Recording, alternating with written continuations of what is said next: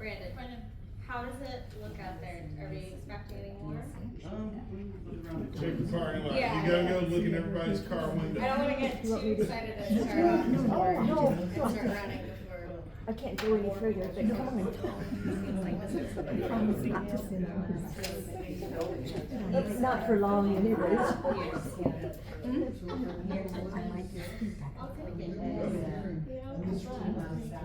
Right.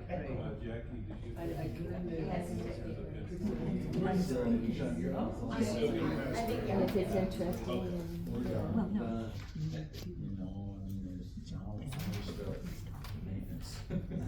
You know, are you still waiting on something? I haven't done much. I knew we had one left out there. I knew we had one left out there. Sounds good. Online? Yes and no. Okay. Yeah, it's on YouTube. It's on YouTube? It's on it'll be on YouTube. Yeah. Alrighty. We're gonna get started today. I am Madison Moreno. I am the AMA Establishments Coordinator. I am mainly working on the development of the management plan.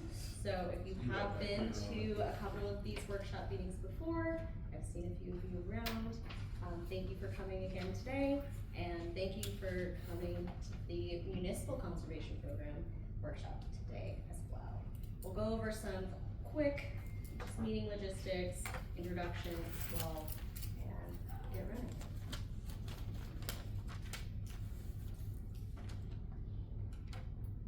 Alright. Welcome. We'll do introductions, meeting logistics. We'll go into the development updates of the plan. We'll really do some deep diving into the background of the municipal program for the initial AMAs as well as the Douglas AMA. And we'll do a big roundtable discussion about some proposals that I have for you today, and we'll figure out from there. So again, my name is Madison Moreno. I am the AMA Establishments Coordinator. I have been at the department for almost 7 years now. I mainly work on these management plans, and I will pass it on to Dennis. Hey everyone, I'm Dennis Troutman. I'm your AMA Outreach Coordinator for Douglas and Wilcox AMAs. So if anybody got that big, pretty notice that went out, it came from me. And if you ever have any questions about it, my email is on the bottom of the notice, and you can always reach out. Hi folks, my name is Ben Bryce. I'm an advisor to Director Bushatsky. So I'm here to be as helpful as I can, but if you come to me and you ask me a very technical question, I'm gonna ask one of these folks. We're the technical experts, so it's slower if you ask me, but I'm always willing to be helpful if I can. Hi everyone, see some new faces here. My name is Brandon Tholen. I am the AMA Establishment Supervisor. I've been working at the department for almost 3 years now.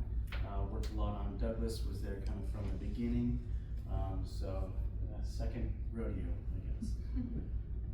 Alright, and hi everyone, new faces, old faces. My name is Olga Hart. I'm the AMA Director for Establishments and Data. I started with AWRM back in 2016. I have a background in civil engineering and hydrology and groundwater modeling. So this is more kind of, transition over to policy for me. Directing this team on the establishments of new AMAs, and then coordinating all of the data that AWR collects through annual reporting to help us track, right, water use and compliance with conservation requirements. So thank you all for being here and making this such a cozy and filled room. Really appreciate it, all the bodies in here. She's not in here, but we have another team member here today. Her name is Mary Bortz. She is our industrial specialist. We had a meeting at the power plant earlier today, so she came along for that ride. She can help out with any other questions as well. Quick logistics, we are holding this presentation and answering any questions to provide any public information and to receive feedback. We are facilitating collaborative roundtable discussion for the development of the management plan. We do not intend to provide comprehensive guidance and cannot give legal advice. If you have legal questions about your specific circumstance, you should consult with an attorney. Just have to say. Except for any clarifying questions, please hold any questions and comments until the end or the discussion portion. We usually have everyone kind of talk about, really collaborate. There's a lot of us today, so I would like you all to wait towards the end. And any specific individualized questions, you can come to us afterwards and we can talk through those. And please be respectful of your fellow attendees and staff. Quick, just information. For providing comments and input for us, you can please send those to managementplans@azwater.gov. Dennis and I man that email, so we'll be able to see that. And for any applications or any additional information we have available on our website, so you can grab some copies of the applications or any additional information about the AMA. And any other questions, please, please, please give us a call or an email to our main line. This is a quick reminder, throw this in every time. Application for grandfather rights must be submitted by April 8th, 2026. And failure to apply by the state will waive and relinquish the right to use groundwater from a non-exempt well. And that is statutory, our hands are tied on that one. That's a big, big date on that. So please, if you need an application, reach out to us. We have copies here we can give you, or you can download them online. For service areas, so let's example a city. That date is a little different, so we can talk about that separately. So, right. Here is a quick timeline of where we are and where we will be going. So we have January 8th, the establishment of the Wilcox AMA. The date is kind of important because that sets us to where we need to be with our statutory timelines. Right now, we are developing the management goal and the management plan. We still have that management goal draft. Well, I'll throw that back up on the screen soon. And we're developing these management plan chapters, the agricultural, municipal, and industrial chapters. April 8th, so 15 months from January 8th is the deadline for those grandfather rights applications. 180 days? Yep. 180. Yes, thank you. Lots of dates. 180 days after the application deadline, we have a kind of timeline for the estimated issuance of those grandfather rights in mid-October. We have a timeline for the management plan to write and adopt the management plan within 2 years of the establishment of the AMA. So our timeline is January 2027, is to have that done by. I'd like to do it before all the holidays. But, you know, I can be optimistic. And with that, the adoption of the management plan, there's a 2-year period for when those conservation requirements become effective. That is to get everyone up to speed, get to those requirements, and get to be able to follow those requirements. And that would be January of 2029.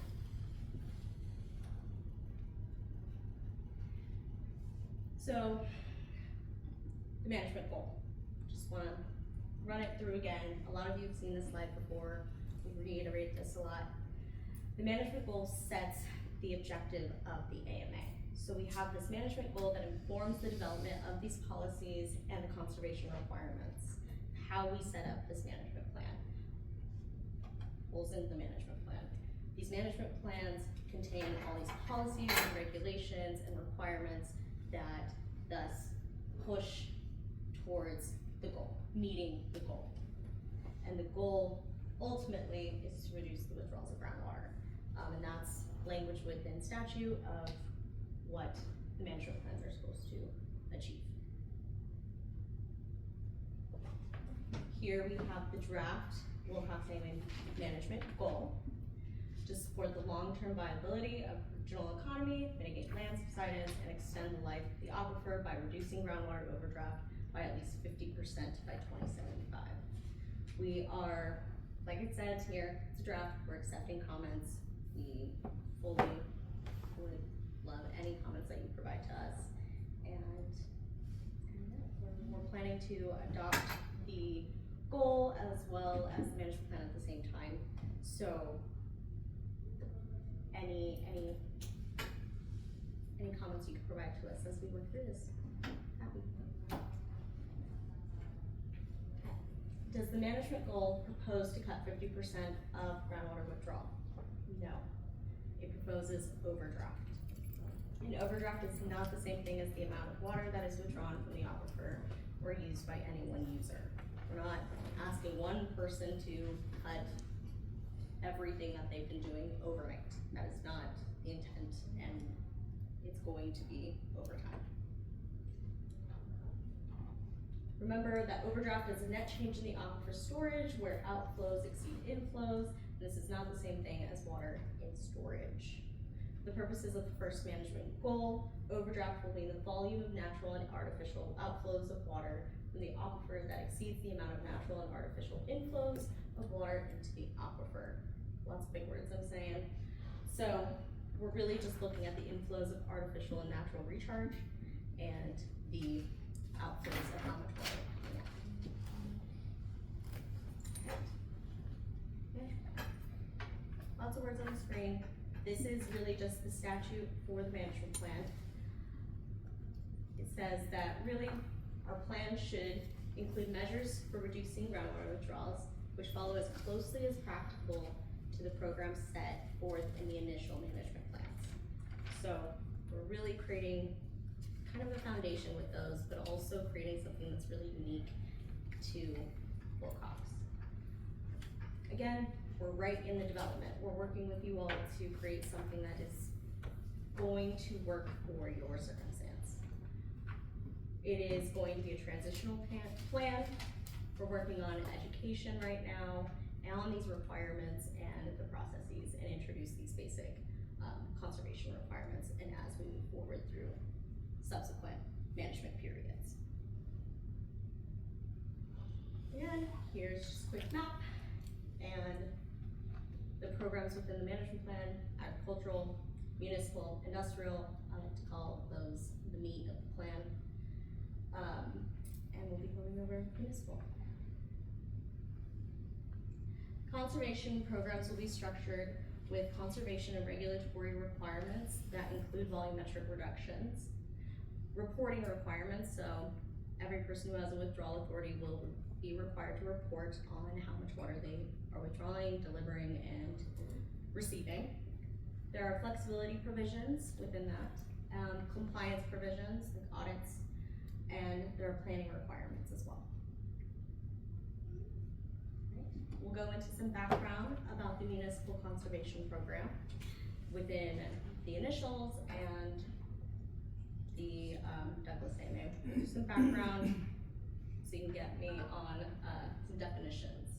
So a municipal provider within our definition is a city, town, private water company, or irrigation district that supplies water for non-irrigation use. Turn on your, that's thinking about that. Who you're paying your water bill to. That's your municipal provider. This is for residential, commercial, government, industrial use. Our definition of industrial is really like the golf course or like parks. That's kind of where we think about when it comes to municipal use or construction. There are two types of municipal providers within the management plans. There is a large provider and then there's a small provider. So a large provider serves over 250 acre-feet for water for non-irrigation uses in one single year. A small provider serves 250 or less. So that's how we distinguish the two, and there are different requirements for each. Every municipal provider, regardless of large or small, has to follow a loss and unaccounted for water loss percentage. Depending on where you fall in that large or small, it's a different percentage. All large providers are required to have a 10%, so they can't go over that 10% threshold, and small providers are at 15%, because we understand that small providers are not using as much water, and that calculation gets a little iffy when there's less water usage. We use a 3-year rolling average for compliance, so we will calculate that 3-year rolling average and that single year. If you are out of compliance for both years, that's when you are truly out of compliance with the department. All right.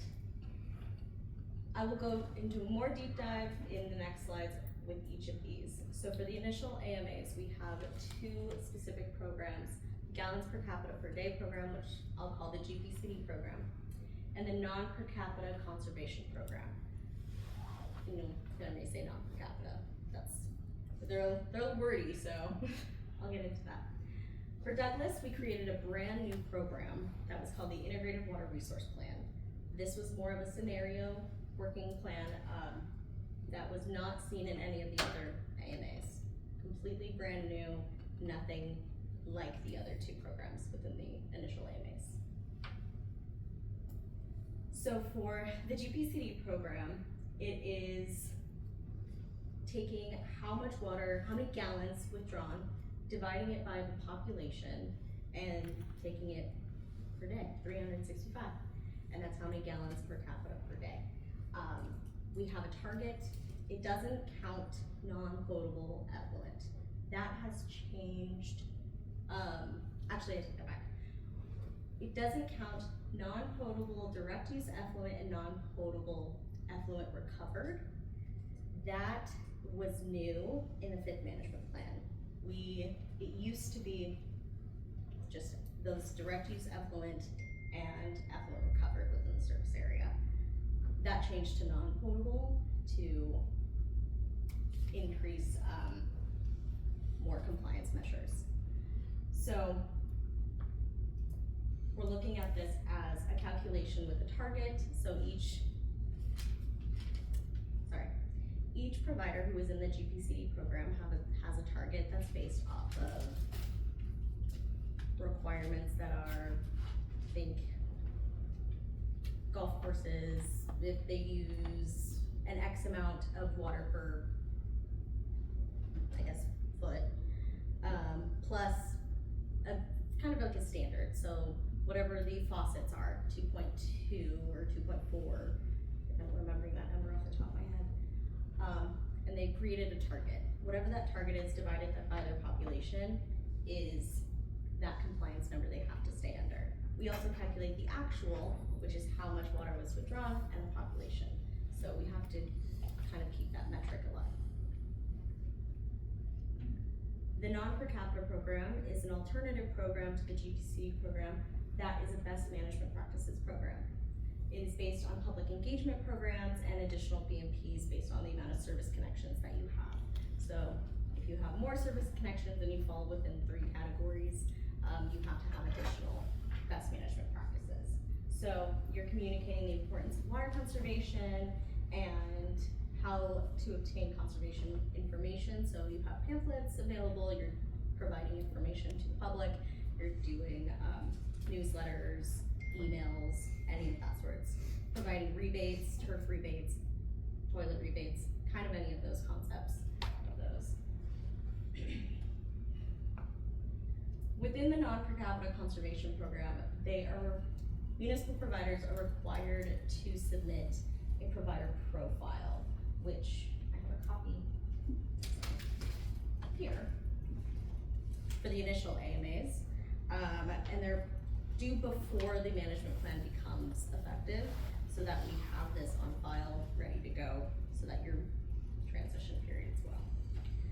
It shows let me find a page so you can see it. It shows each best management practice and the amount of points that they offer, and you mark down which ones you will be opting into, and we'll keep track of that annually through your annual report. So this is kind of just keeping track of how many service connections you have, and that will be updated annually through the annual report. And this is kind of our starting point with provider profile.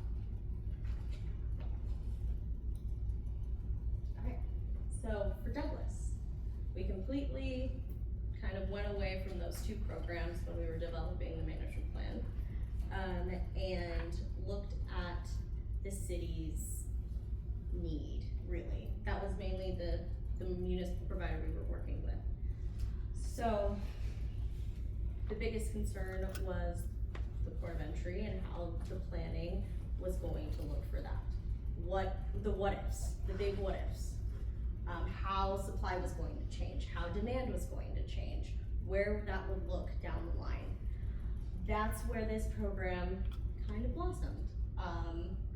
We designed this program to increase water use efficiency, promote reuse, and reduce the withdrawal of groundwater while anticipating potential challenges within the provider service area. So we needed characteristics, supply descriptions, demands, future infrastructure improvements, and estimates for growth. So it's really just, think about a nice little essay about how all these things would change and where they would go. In the program, I asked for 3 different scenarios of how, 3 different what ifs. If supply changes, how that demand would look. If demand changes, how that would look. If population all of a sudden booms, where that would lead to. How their infrastructure would change if they improved infrastructure, where that would look.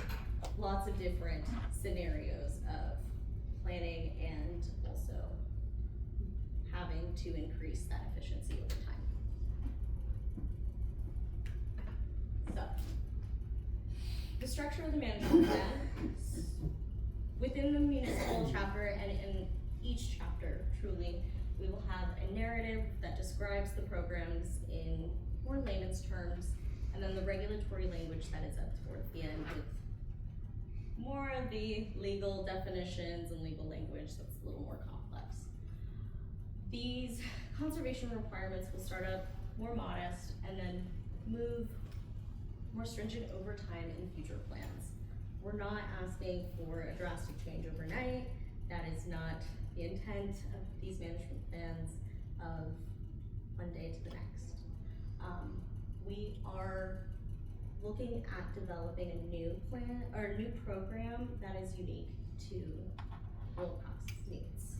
So here is the next slide.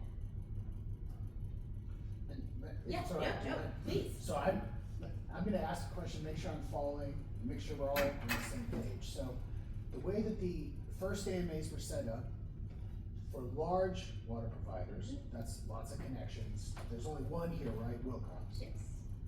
There's 2 ways we would regulate water, which is we would say how much water you could get per person per day. And then we also said, here's a whole menu of other things you can do. Those are the best management practices, the BMPs. Pick a number of them. You gotta add up to a certain amount of points. Pick the ones you're gonna do. And then for Douglas, we said, you know what, that's a weird way to do it, right? If I remember correctly. Yes. So we're gonna look at a different way to approach this. And we looked at scenarios. We said, give us, in these 3 different scenarios, what you're expecting for. And now that we're in Wilcox, there's only one large provider, right? That's the city. So how are we gonna approach it? And that's what we're here right now. Yes. Got it, all right. Alright. So our proposed program for, we're also just gonna call it, I think, Wilcox Large Municipal Conservation Program. I'm kind of just digging the direct Wilcox. Makes sense.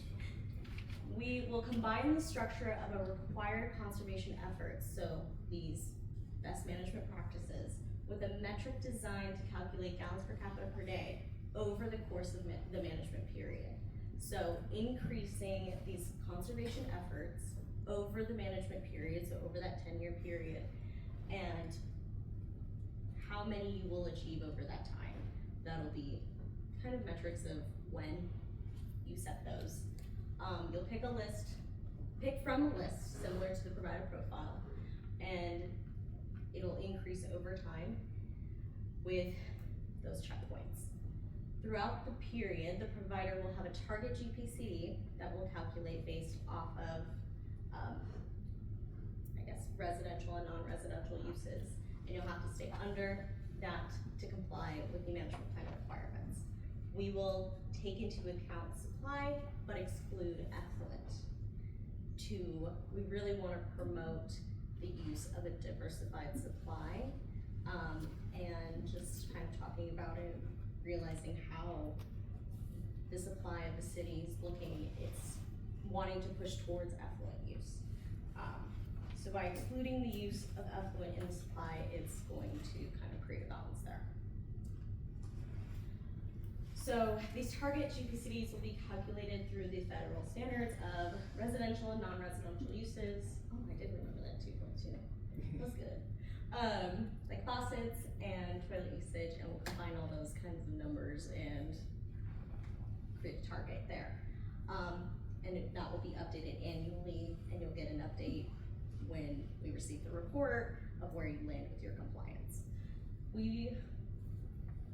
I'm imagining we'll take a residential GPCD and a non-residential GPCD, look at both of those, create those targets for non and residential, and also have conservation efforts for both. So you'll have conservation efforts for residential and conservation efforts for non-residential, and where those fall in line with, as well, scenario planning of meeting those throughout the period of time.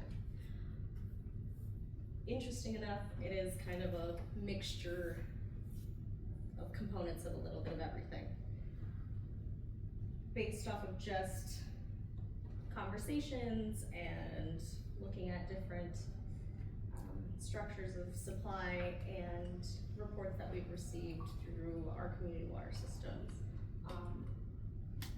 This is something that I'm curious to see what you all think and talk about. So if you have questions, please, I know I went through that pretty quickly and there's a lot of information, so bombard me however you feel, and we can go into the next, and then we can really deep dive with you all for a roundtable.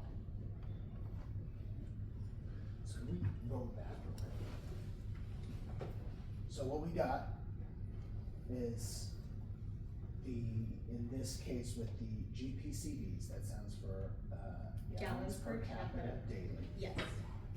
So what we'll do is there'll be two numbers, right? A municipality, this is not every person, right? Not every single person has to figure out how much they're using per. No, per this is capita, just right? the municipality. That's right.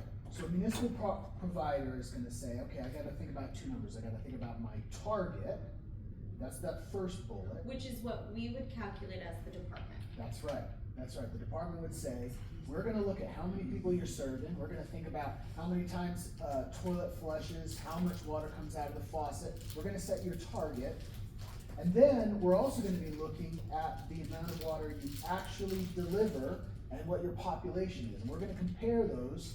Is it the second number smaller than your target? That's how we're thinking about it right now. Now, obviously, not every single one of you has to manage a municipal water supply. One of you does. But the idea being, this is how we're thinking about this, and we definitely want the community to be able to opine, or at least to think about it as we're approaching this. Okay. So are you guys gonna go off of like census numbers for how many are providing, or what number, how are you gonna figure how many people we're serving, I guess? Yeah. Here's the thing, I would appreciate you all giving me your Yeah. numbers as well. I would like to do both essentially. I'll probably track with census and as well with however you all can give me a number. Doesn't the city know how many hookups they have? Yeah. So you could, you know, if you knew about roughly the average household number, number of people in a household, and the kinds of. That's a federal statistic, that's Yeah, I nowhere would near say- what we have. Okay. The people per house. Well, I mean, I'm just thinking, you kind of, House connects we have.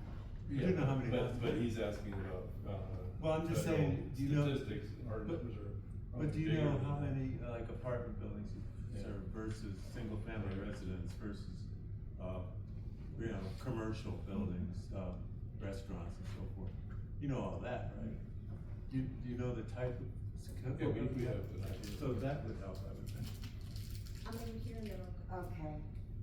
That is, oh, I. Sorry, I'll go over here and then I'll come to you, sorry. On the, in this scenario, if I understood you, the effluent use, say for the golf course, whatever, would be totally out of the equation.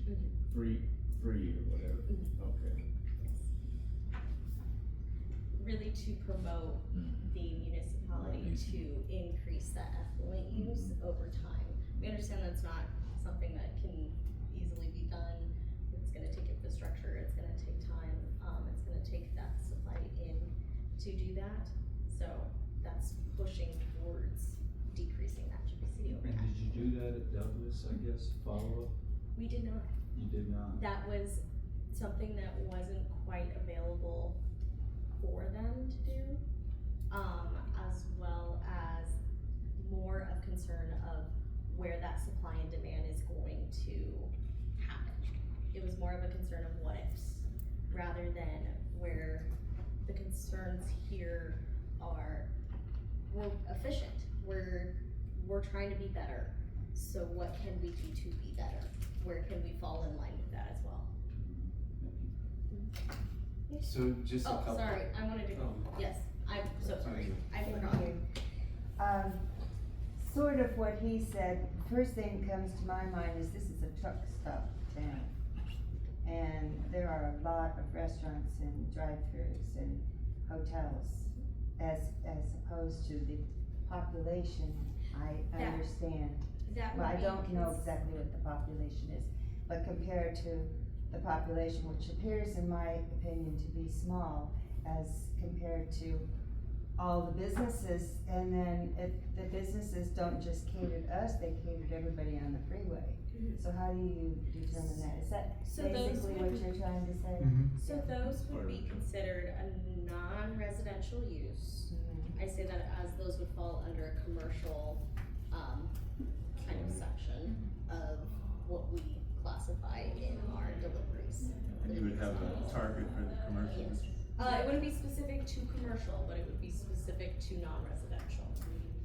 What do you mean by that? But that would be a big difference between a restaurant and a business that doesn't use any water, you know? Yes.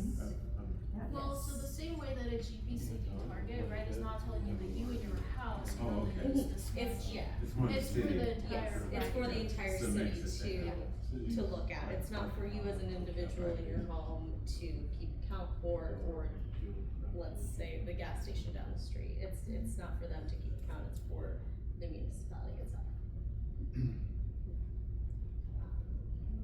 Oh, I was just gonna say, just some thoughts, like, we've had very few homes built since 2000, right? So most of the homes are older.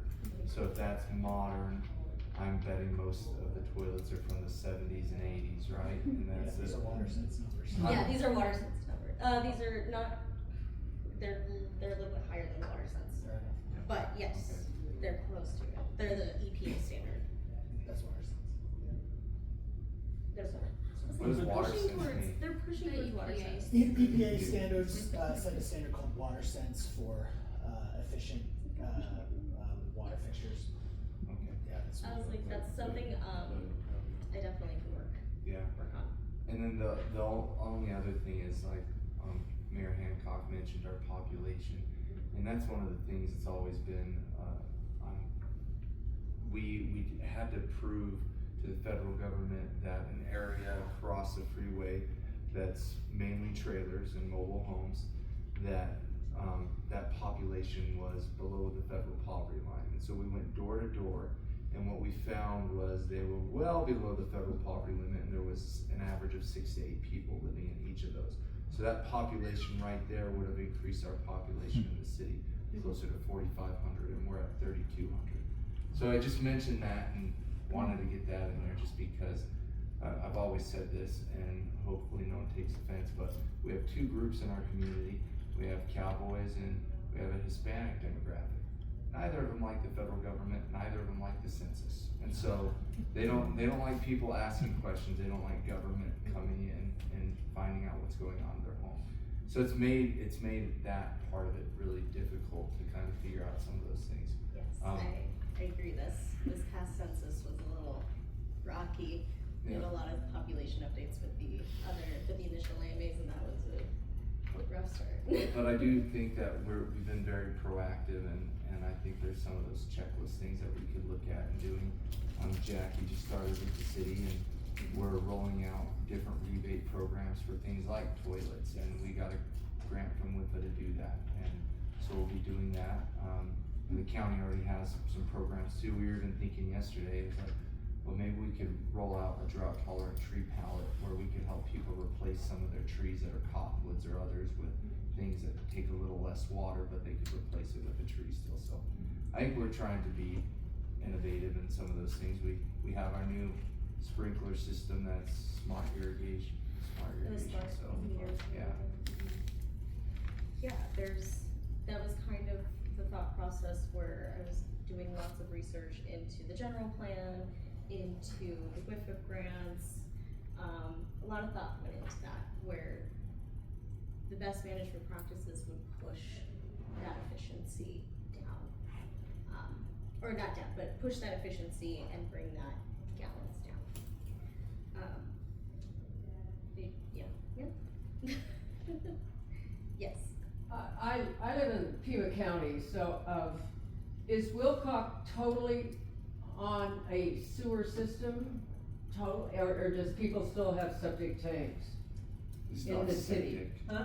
There's still septic in the city. Yeah, it's like when you said older homes. Yeah. And then does anybody have independent wells that are in the city that they own on their property? There's a couple. So you can't, so they're kind of out of the metrics, right?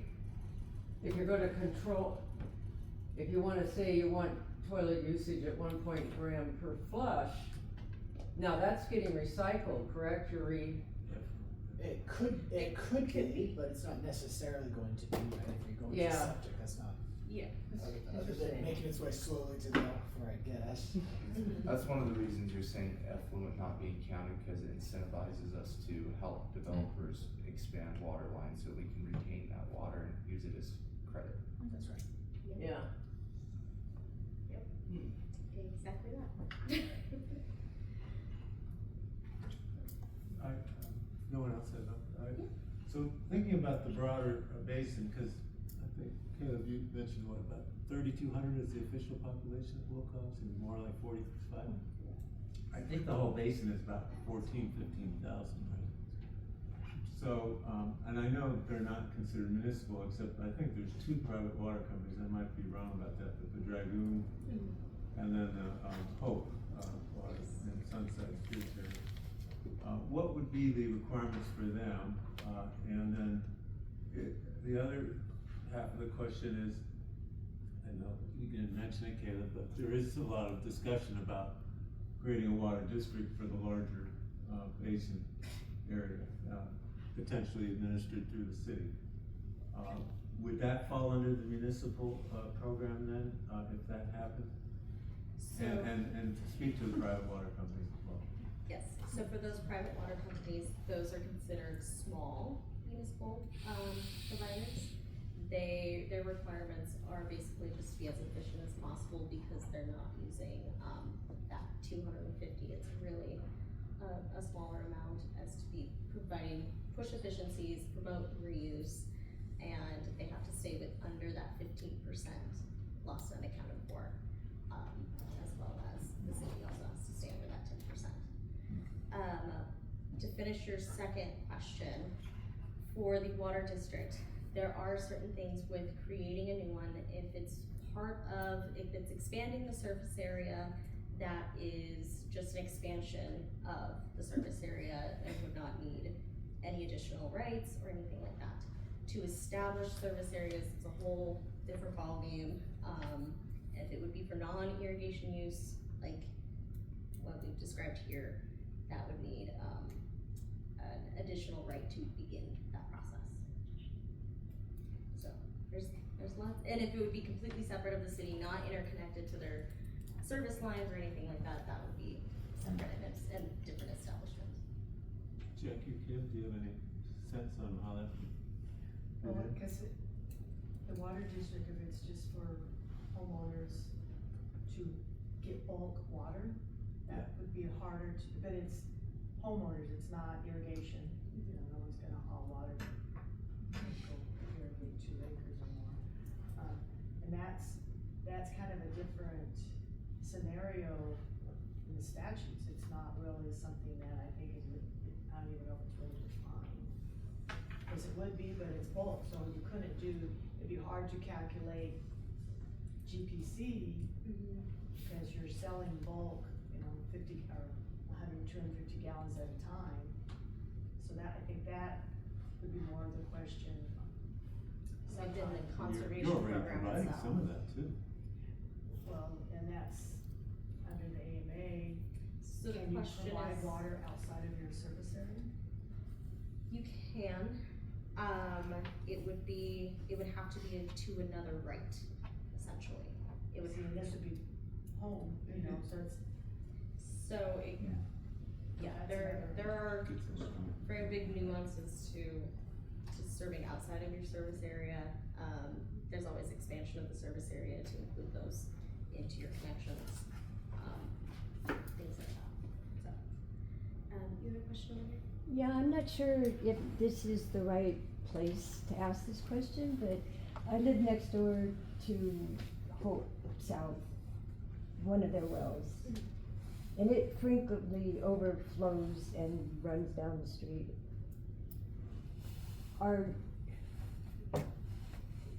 Are you gonna be able to do something about that kind of thing? See, I'm not sure that this is the right place to ask the question. If with the reporting, they're required to tell us how much they pump, Right. how much they deliver, and with that loss of accounted for, that's where we have our compliance measures, be able to come in and do audits, things like that. Okay. This is potable water, not wastewater, not It's sewer. not sewer or Yeah, anything. no, full it's of the drink. well that overflows. Yeah. I call at least twice a month, twice last week. So we would be able to have compliance measures. It would have to be 15%, right? They have to show that you'd have to show that they're wasting 15% of water. 15%. Lost or unaccounted. That's a Lost lot and of water. unaccounted. Wasted. It's not, yeah, I wouldn't call it wasted, but it is lost and That's a unaccounted lot of for. water, you'd be standing there for a long time before What is it it? gets to 15%. Yes.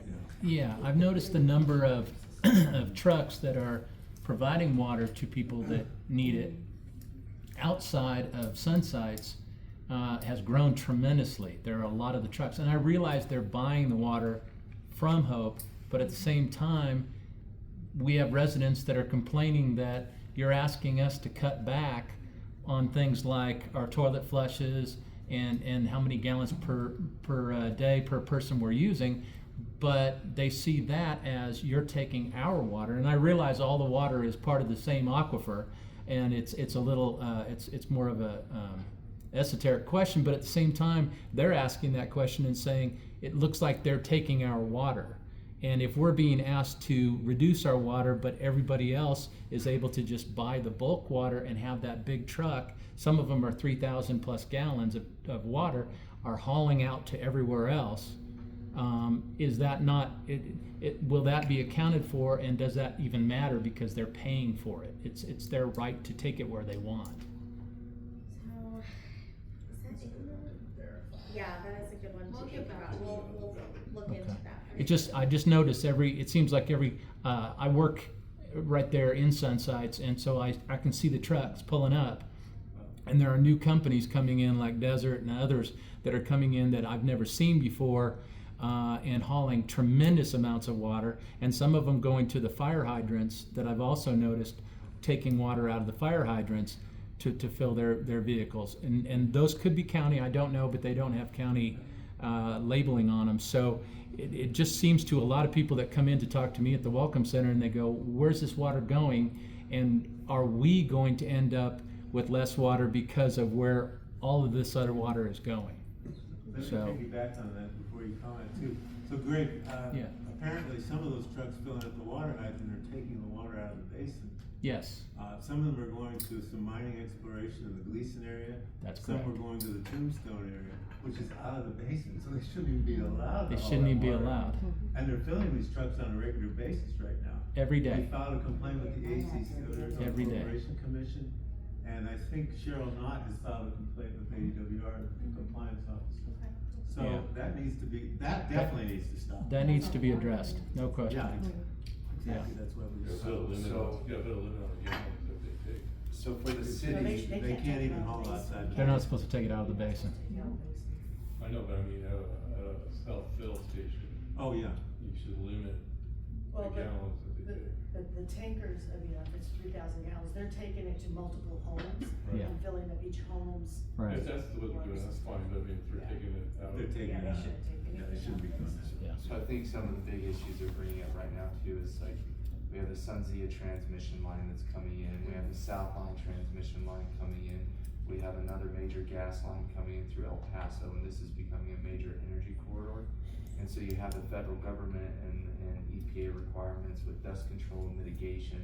And so they have to keep those roads dust free, so they're hauling hundreds of trucks of water a day, filling these things up. And so that was something that even with our wells, they had to make sure on that you're not taking our water outside the basin, so they had to get their water from other basins, wherever basin they're at. And so those were, I think those are some of the other things that just Just the larger concerns issues. that are happening. You talked about the construction, so it takes a lot of water to do construction on roads. Mhm. You know, and there's a 10 acre foot, you know, limit for exempt wells. exempt wells. The road construction can use a few million gallons, you know, more than 10 acre feet to construct a road. So what happens, how would they be able to get water then for road construction? The city would be able to provide, them, yes. and the other water companies like Sunside. a water provider would be able to provide Provide that construction water. It would have to be accounted for separately as construction water. And, I should have pulled up an annual report, but within the annual report itself, we ask to split out your deliveries. So we ask how many acre feet you delivered for single family, for multifamily, for any turf, for any commercial, any government buildings, like it's very detailed split out for each sector. So it's determined by that. No, split it and show the different Yes. types.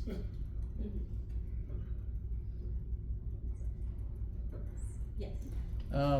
What are you doing to promote rainwater catchment, swales, things like that that are gonna promote or increase the amount of water or decrease the amount of water that is pulled out of the aquifer? So, Capture? Yes.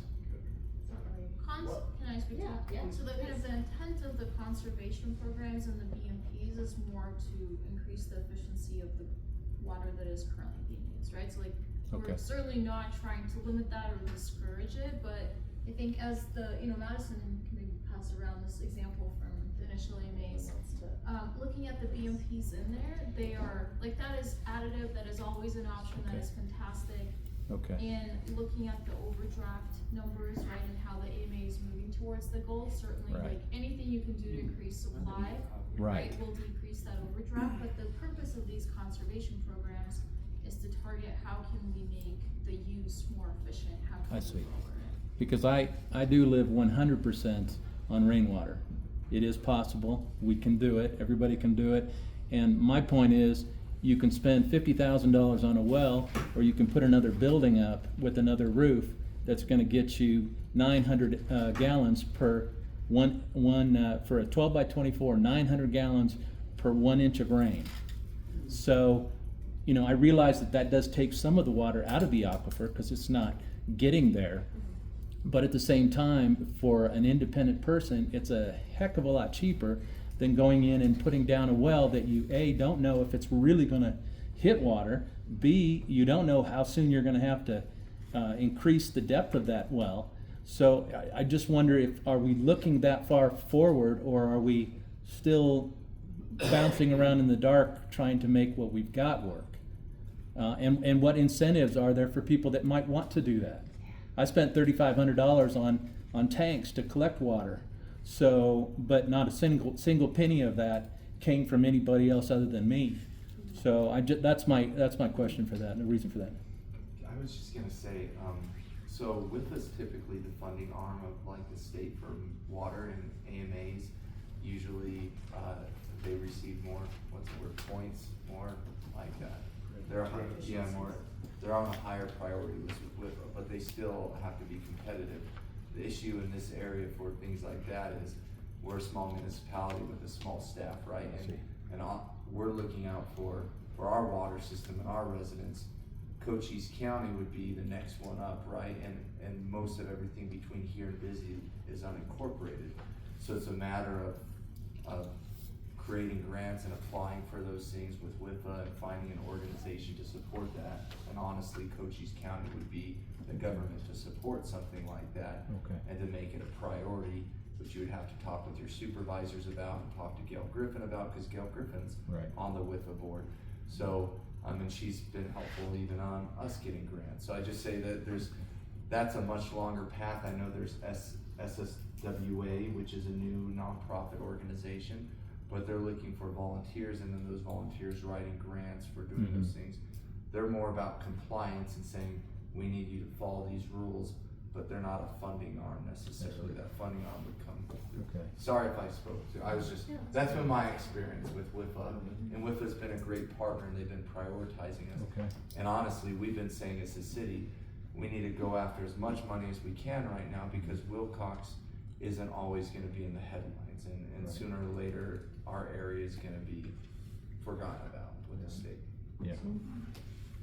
One thing is that water-wise, the extension office water-wise, Mhm.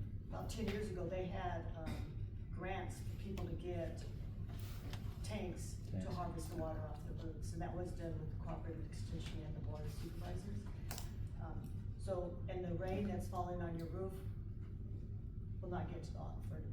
Right. We only have like 2% Right. of when it rains, only 2% of that water actually gets down to the aquifer. It will infiltrate, Right. into the ground, but that's not. But that's not the same thing. And that's the point I wanted to make, because Colorado has decided that rainwater hitting the roof in some parts of Colorado is not your right to take.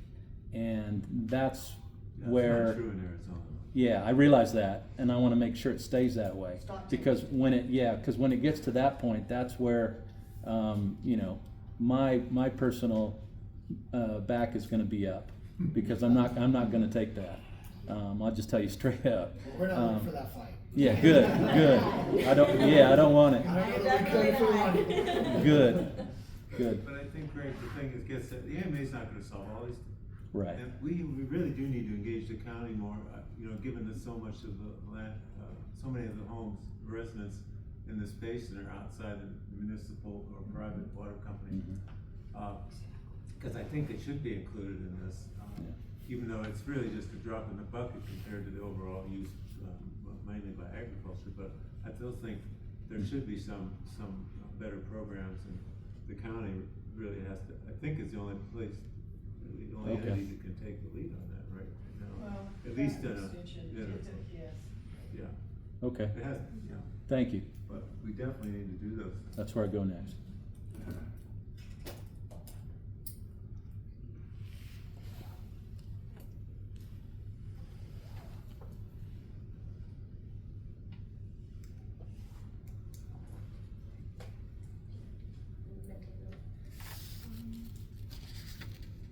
Anything else? I was just gonna ask on development, if subdivision comes in, is it just kinda, the city will need to go apply for, for those new houses or whatever's gonna come in, or the developer will kinda apply with you guys, or? Yes. Yeah, there's two paths. So one, a provider can become what's called designated, which means that they prove that they have 100 years worth of water for their whole service area. That's our preferred method. We prefer that the providers who are thinking holistically and looking down the line, into the future, be able to do that. And then they'll have a portfolio of water that they know is good to go, that they have that water for the next 100 years. And then if a subdivision does come in, they can say, this water is available, we can serve you, and that subdivision can be built. If we're not talking about a designated provider, then the subdivider themselves, the developer, would have to come in and say, I can show that I can get access to 100 years worth of water on my own. And they would have to come to us and they'd have to model that out, show us that the water is physically there, that legally they can take it, that they have the money to get all the pipes and everything else that they need for it, etc. There's 7 different things you have to prove. And if you do that, then the subdivision's good to go. But that is, I'll say, only for subdivisions, right? So if someone comes in and just wants to build their own home on their own piece of property, just the 1 or 2 or 3 maybe, that's not gonna trigger that requirement. But for subdivisions, that's right, Yeah. that's right. Is it 16 and more? 5. Oh, it's 5 Is homes? it 5? I thought it was 9. I'm almost certain it's 5. Okay. Maybe I'm thinking. Yeah, that's right. You can't. Following up with Greg's question, just say, for example, Wilcox, the city, annexed 30 acres of land and made it into housing, or allowed housing to be built there. That would just be and they would just extend their system to that. That wouldn't require that. Well, so it probably would, but probably would. based on the way you're describing it, extensions of their service area is not the same as permitting a new subdivision. So I wanna sort of note the difference of those two, right? If you've got homes that you've got houses that are out there and the city is here and they say, you know what, we're gonna come in and we're gonna include them in our service area, they can extend their service area. There's a process to do that. That's not necessarily gonna trigger the 100 use requirement. However, if they've got a whole bunch of land, they say, we're gonna extend our service area into this area, we're gonna permit a subdivision to come in, and they wanna start working with the developer, then that would trigger it, right? So it depends. Really, the question you wanna ask is somebody subdividing lots out here? And if the answer is yes, that's gonna trigger the 100 years. Even if it's the city? Well, usually the city's not the subdivider, but the city is, they work very closely with the developers, yeah. And isn't there a provision in the AMA that you can convert? So let's say the city or a developer, purchased, 250 acres of agricultural land that had irrigated grandfather rights at some level, let's say 3 acre feet, 3.5 acre feet per acre. Couldn't they subdivide that and use that? Isn't there a provision for converting from ag to urban in the subsequent AMAs? So this is a good question, and there's a lot of conversation about the ag to urban program, what it is and what it isn't. There's a bit of a misnomer and a lot of misunderstanding about what that program is. The ag to urban program, so-called, is very specific to the Phoenix AMA, which is Maricopa County, and the Pinal AMA, which is Pinal County. They almost correctly divide the 2 counties. So if you're not in one of those AMAs, can you move from ag to urban uses? Absolutely. You're an ag producer, you've got ag lands, you can sell those to a developer, they can subdivide and they can build. Nothing's standing in your way other than having to prove that 100 years. Which for most folks, like in Tucson, for example, that's a thing they can do. Now, let's say that you want to do that in Phoenix or Pinal County. The problem out there is that we've shown unmet demand, meaning that when we project out 100 years, we're seeing that there's not enough water for everybody who's going to draw on that aquifer. And so unmet demand means no one can show that 100 years worth of water anymore. Stop to new groundwater-based subdivisions. If you can show you're bringing in non-groundwater, we'll let you build if you can prove that you have the legal right to it, it's physically available, all the rest. But if you're using groundwater, no more. What the Ag to Urban program did is it said that if you've got a farmer who has the right to keep pulling out, and that farmer's got the groundwater underneath their land, that they can relinquish their IGFR and in exchange get credits that can be applied to this new subdivision that's coming in with a significant, at least 40%, although it's often going to be more, at least a 40% cut in use. So what that's doing is it's pulling out, and this is really tailored towards non-agricultural areas, or areas expected to become non-agricultural, like in Phoenix or in Pinal County. So it's retiring this irrigation right, cutting the water use significantly, and in doing that, allowing for new development in those areas. But in Wilcox, in Douglas, in Tucson, Prescott, that program does not exist because it's not confronted with the same problem. Certainly you all have your own water problems here, but the Assured Water Supply program isn't the issue, right? So that particular program that was much in the news wouldn't apply here. But it'd certainly be a benefit to retire, reduce the water usage when you retire those IDFRs and convert it to Certainly would be. municipal or residential use. Yeah. You can take In terms of water. You could take an IGFR and transfer it to type 1 or type 2. You can transfer it into a type 1. You can retire it into a type 1. And then the Assured Water Supply for the 100-year, that's to a depth of 1,000 feet, correct? In Phoenix, it's 2,000 feet. In Pinal County, it's 1,100. And then we have specific rules for There are certain- specific rules, and I don't want to wander out ahead of myself. We I can only make know sure- those two. That's right. Yeah. That's really deep. Yeah. No, It is very deep. I don't think a lot of people realize that the 100-year Assured Water Supply, wells are going dry at 300 feet. Well, you can't say you're dry until you go down to 1,000 feet. Or I should say, in Phoenix, for example, it's 1,000 feet or the depth of the aquifer. So it could be that if you're hitting bedrock at 300 feet. Oh, well, if you're hitting bedrock. Right. We're not going to say, well, keep drilling. Right. Good luck with that. We'll see if those go back.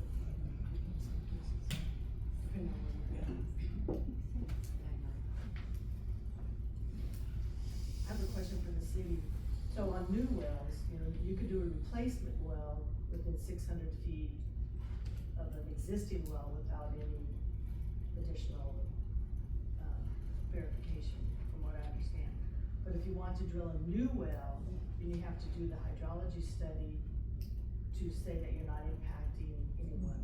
How far is that distance that you're supposed to be? I'm not quite sure about the impact study, how far that circumference is.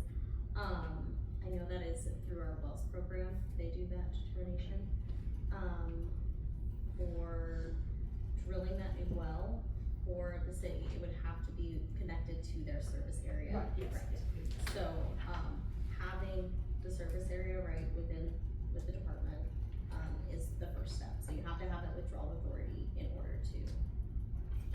And it would just be for redundancy, well, not really redundancy, well, it's just to help the system that the city has. Interconnected. Yeah, one last question. Is it completely out of possibility to have, and I know Steve and I have talked about this, is it completely out of question to have a reservoir built somewhere in our local mountains that we can draw from? I know that the city of San Diego draws from their reservoirs. I realize they don't have the water loss to,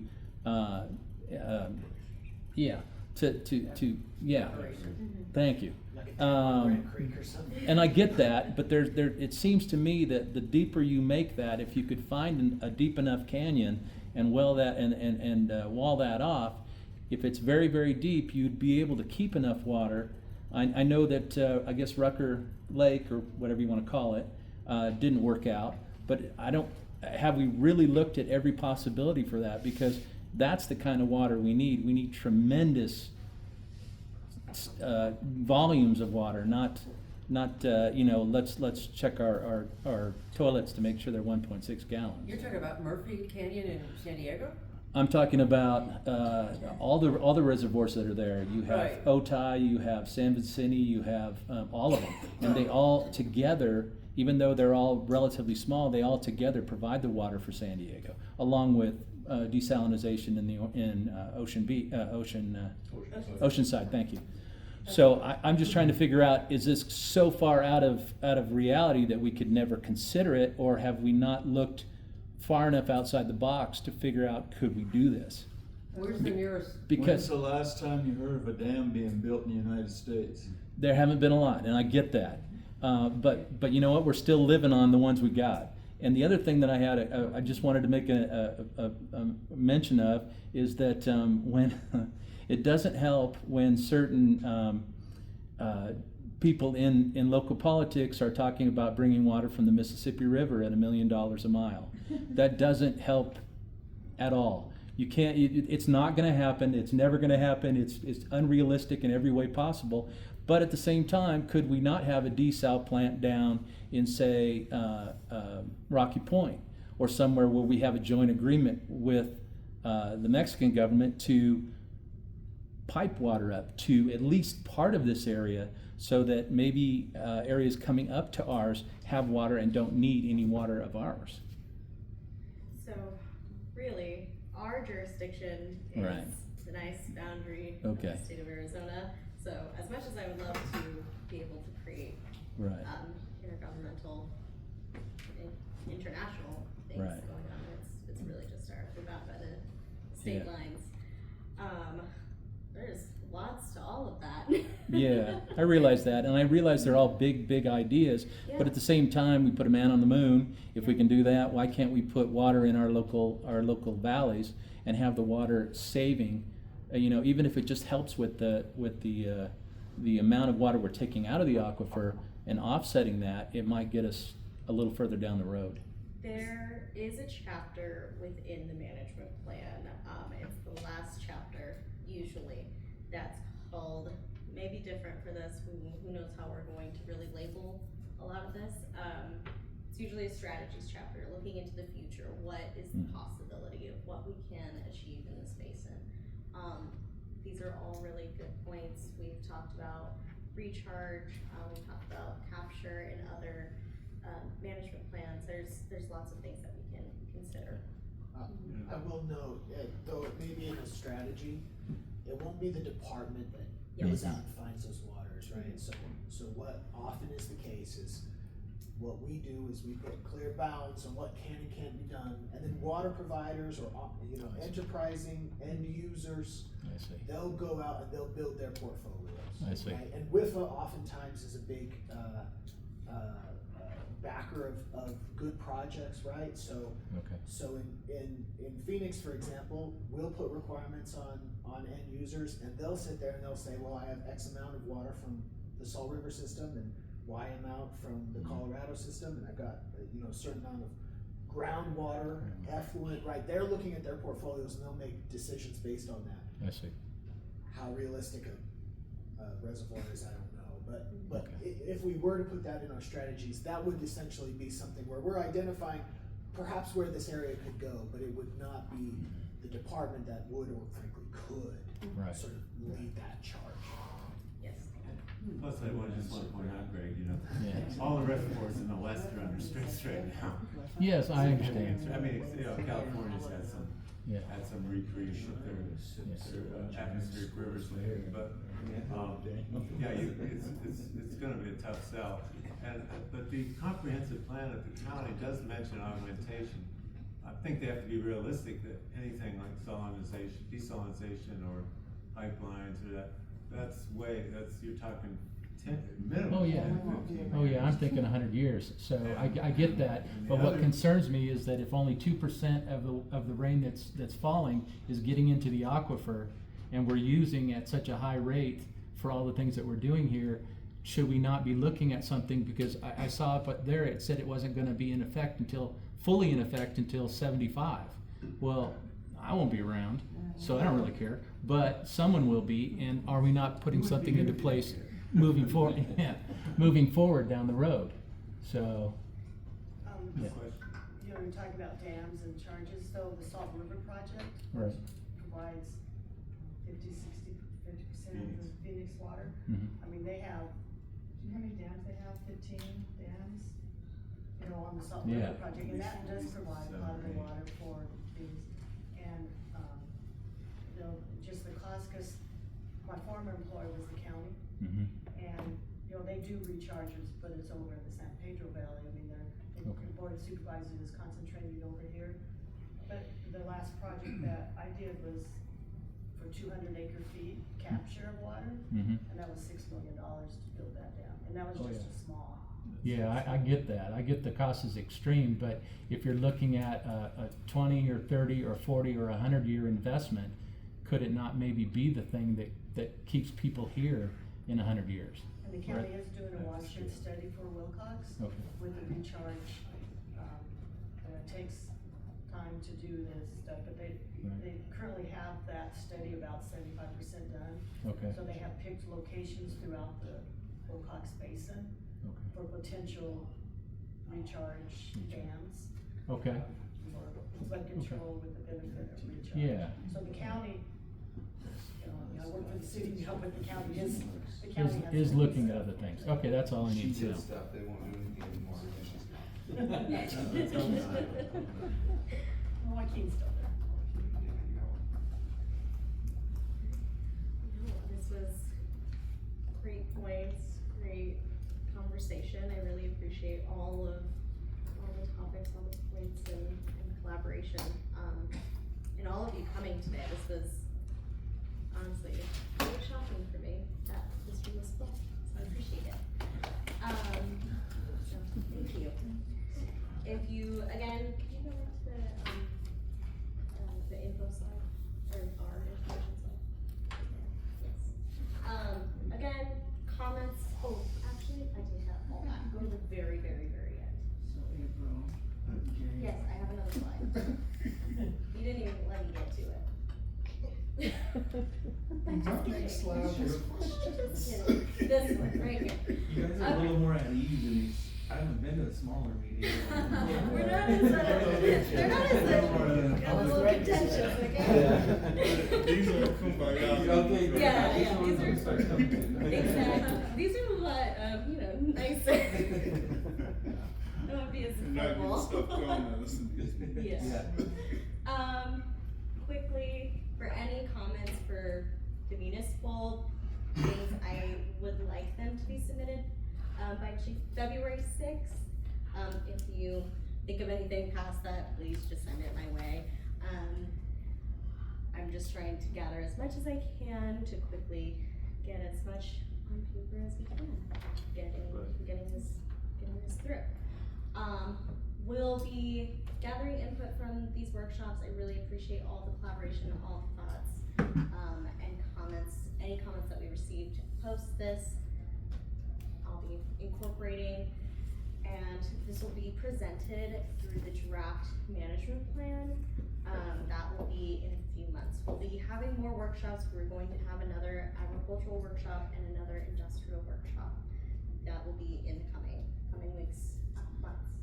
It's gonna be coming out today, but the next ag workshop is actually gonna be held on February 4th, right here, same building. And I think it's gonna be from 1 to 3. So you'll be getting that public notice if you're on our email list. Yes. That's the big one. So you'll be hearing from me again. And again, all documents and the PowerPoint presentation will be posted online. So on our Wilcox AMA page, so if you wanna refer back to this, please do. If you have any questions, please feel free to give any of us a call or email. We're more than happy to work with you all. So, just quickly, wanted to share that. So, thank you all for coming. Thank you. Before you guys get to going, we will also be having another application workshop right before the next ag workshop as well.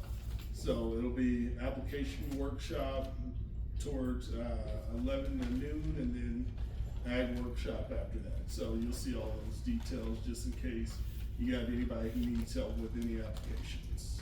That's right, I can't afford it, I guess, I can't do it anymore. You can still ask a question, yeah. Well, I came to see him. Yeah.